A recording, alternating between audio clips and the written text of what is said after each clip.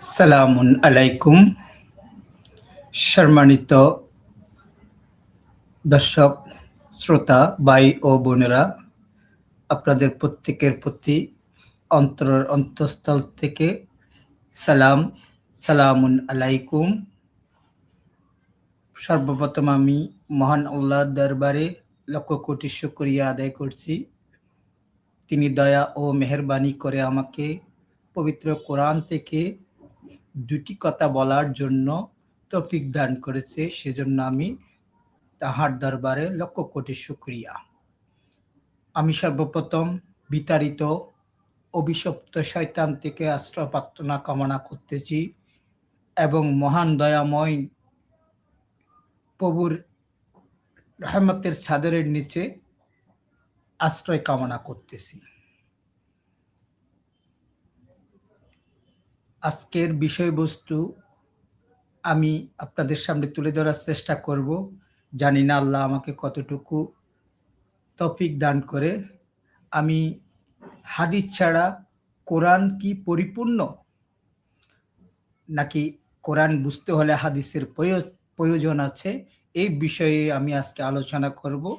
ফাইজা কারাতাল কোরআন ফাস্তাউজ বিল্লাহি মিনাশ শাইতানির রাজিম ওয়া কুর রাব্বি আউযু বিকা মিন হামাজাতিশ শায়াতিন ওয়া আউযু বিকা রাব্বি ইয়াদুরুন।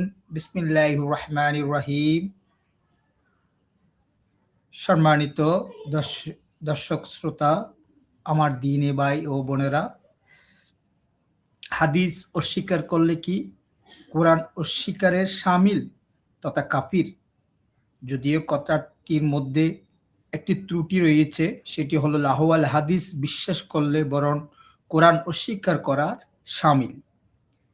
তার প্রতি উত্তরে আপনি আমাদের মন গড়া কথা দিয়ে উত্তর দিলে তা যথাযথ হবে বলে আমি মনে করি না। এর সঠিক উত্তর দেওয়ার জন্য কোরআন যথেষ্ট। দেখি কোরআন কি বলে। আল্লাহর আহসানুল হাদিস, কোরআন বুঝতে কি লাহওয়াল হাদিসের প্রয়োজন রয়েছে, নাকি কোরআন যথেষ্ট? কোরআনে আল্লাহ বারবার বলেছেন এটি পরিপূর্ণ, বিস্তারিত, স্পষ্ট। সূরা আল আনাম 114 নম্বর আয়াত। তিনি তো তোমাদের জন্য কিতাব নাজিল করেছেন বিস্তারিত ব্যাখ্যা সহকারে।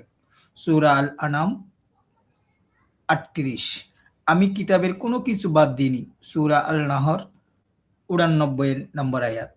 আমি তোমার উপর কিতাব নাজিল করেছি সবকিছু সুস্পষ্ট ব্যাখ্যা হিসাবে। সূরা আল কামার 17 এবং একই সূরায় বারবার 4বার আমি এই কোরআনকে সহজ করে দিয়েছি বুঝবার জন্য এই কথাটি বলা হয়েছে। এদিকে সূরা মাইদা 3 নম্বর আয়াতে আল্লাহ পরিষ্কার করে বলে দিয়েছেন, আজ আমি তোমাদের জন্য জীবন ব্যবস্থা হিসেবে দিন ইসলামকে পরিপূর্ণতা দান করেছি। আল্লাহর এমন শক্তিশালী আয়াতের পর কি নবীর ইন্তেকালে 300 বছর পর কোনো ব্যক্তি বিশেষ এসে ইসলামকে পরিপূর্ণতা দেওয়া বা বোঝার জন্য লিখিত কিতাবকে বিশ্বাস করা মানে আল্লাহর আয়াতকে অস্বীকার করা নয় কি? আমি আপনাদের বিবেকের কাছে প্রশ্ন রাখলাম। সম্মানিত দর্শক শ্রোতা, উপরে উল্লেখিত আয়াত থেকে বোঝা যায় কোরআন নিজেকে এমন এক কিতাব হিসাবে উপস্থাপন করে এবং দাবি করে যা নির্দেশনার জন্য পূর্ণাঙ্গ বোধগম্য এবং সহজ। এই কোরআন বোঝার জন্য লাহওয়াল হাদিসের কোনো প্রয়োজন নাই। কোরআন কি নিজেকে ব্যাখ্যা করে নাজিলকৃত কিতাব, নাকি এর ব্যাখ্যার জন্য রাসূলের প্রয়োজন রয়েছে? কোরআনে বলা হয়েছে সূরা আল ফুরকান আয়াত 33, আমি তোমার কাছে সত্য এবং সর্বোত্তম ব্যাখ্যা নিয়ে আসি।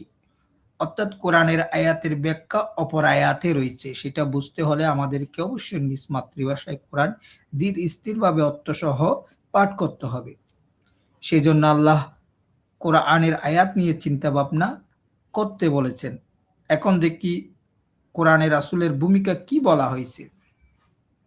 কোরআন অনুযায়ী রাসূল এর মূল দায়িত্ব সূরা আন-নাহলের 46 নম্বর আয়াতে পরিষ্কারভাবে বলা আছে, যাতে তুমি মানুষের কাছে স্পষ্ট করে বুঝিয়ে দাও যা তাদের প্রতি নাজিল করা হয়েছে। সূরা আল মাইদার ৯৯ নম্বর আয়াতে আল্লাহ বলেন, রাসূলের দায়িত্ব শুধু বার্তা পৌঁছে দেওয়া আর কওমকে সতর্ক করা।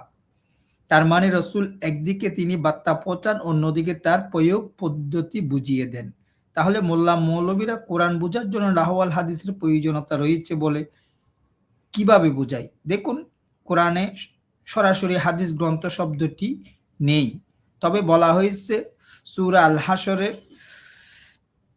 ৭ নম্বর আয়াতে, রাসূল তোমাদের যা দেন তা গ্রহণ করো, যা নিষেধ করে তা থেকে বিরত থাকো। এই আয়াত থেকে বেশিরভাগ মোল্লা মৌলবীরা বলে রাসূলের শিক্ষা ও ব্যাখ্যায় অনুসরণীয়। অথচ এই পরিষ্কার আয়াতটি তারা গোলাটে করে ভুলভাল ব্যাখ্যা করে। তারা সাধারণ মানুষদেরকে রাসূলের হাদিসের নামে অকাদ্য খাওয়াতে তাদের মন গড়া লিখিত হাদিসের কিতাবগুলো দিয়ে মানুষকে কোরআন থেকে বিমুখ করে লাহওয়াল হাদিসের কিতাবের দিকে নিয়ে গেছে।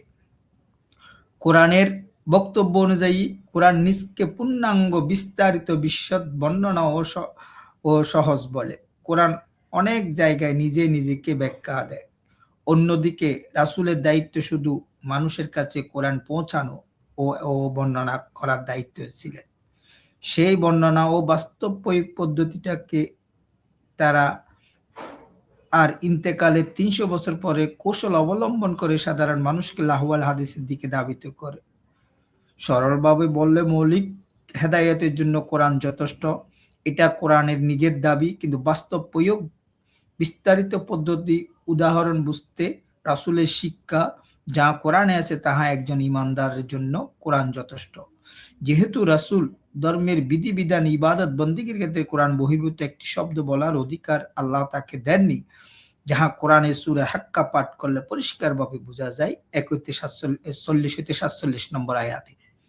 একজন মুসলিমের জন্য কোরআন যথেষ্ট, এ ধারণার পক্ষে আয়াতসমূহ কোরআন পূর্ণাঙ্গ বিস্তারিত। সূরা আল আনাম ১১৪, তিনি কিতাব নাজিল করেছেন বিস্তারিত ব্যাখ্যা সহ। সূরা আনাম ৩৮, আমি কিতাবে কোনো কিছু বাদ দিইনি। সূরা আন-নাহল ৮৯, এই কিতাব সবকিছু সুস্পষ্ট ব্যাখ্যা, কোরআন সহজ ও বোঝার জন্য যথেষ্ট। সূরা কামারের ৫৪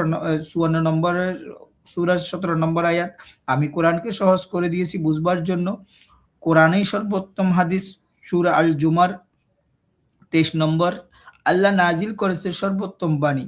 সূরা আল মুরসালাত আয়াত ৫০। এর পরে আর কোন হাদিসে তারা বিশ্বাস করবে? এই আয়াতগুলো চিন্তাশীলদের জন্য যথেষ্ট নয় কি? যেখানে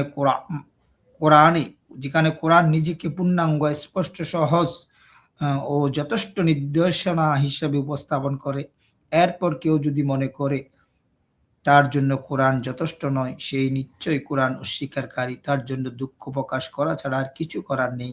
সুতরাং তার তকদিরে কোরআনের হিদায়াত আল্লাহ দেননি। আপনি বৃথা চেষ্টা করে কোনো লাভ হবে না। রাসূলের আনুগত্য অনুসরণ অবশ্যই প্রয়োজন রয়েছে। তার আগে জানতে হবে রাসূল কিসের অনুসরণ করতেন। নিশ্চয় আল্লাহ ও তার উপর নাজিলকৃত কোরআনের বাণীর উপর তিনি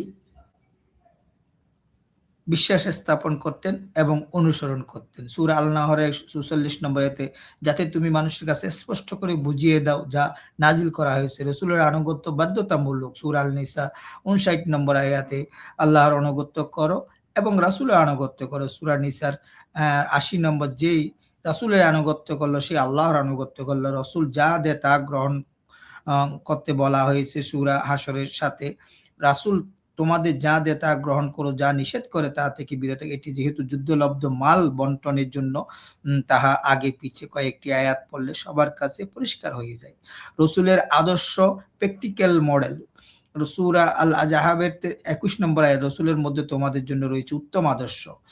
তার আদর্শের সকল বৈশিষ্ট্য আমরা কোরআনে দেখতে পাই, কোনো লাহওয়াল হাদিসে নয়। বরং এইসব হাদিস রাসূলকে নিন্দিত চরিত্রের অধিকারী বানিয়েছে। তাই আমি অদম গুনাহগার সকলের দ্বীনী ভাই বোনদের প্রতি অনুরোধ করছি, আসুন উত্তম হাদিস যাহা আল্লাহর পক্ষ থেকে নাজিলকৃত তাকে আঁকড়ে ধরি, জীবন গড়ি। মানুষের রচনা করা লাহওয়াল হাদিস, বিভিন্ন আজগবি শরীফগুলো বর্জন করে নিজেকে একজন পরিশুদ্ধ মুসলিম হিসেবে গড়ে তুলি।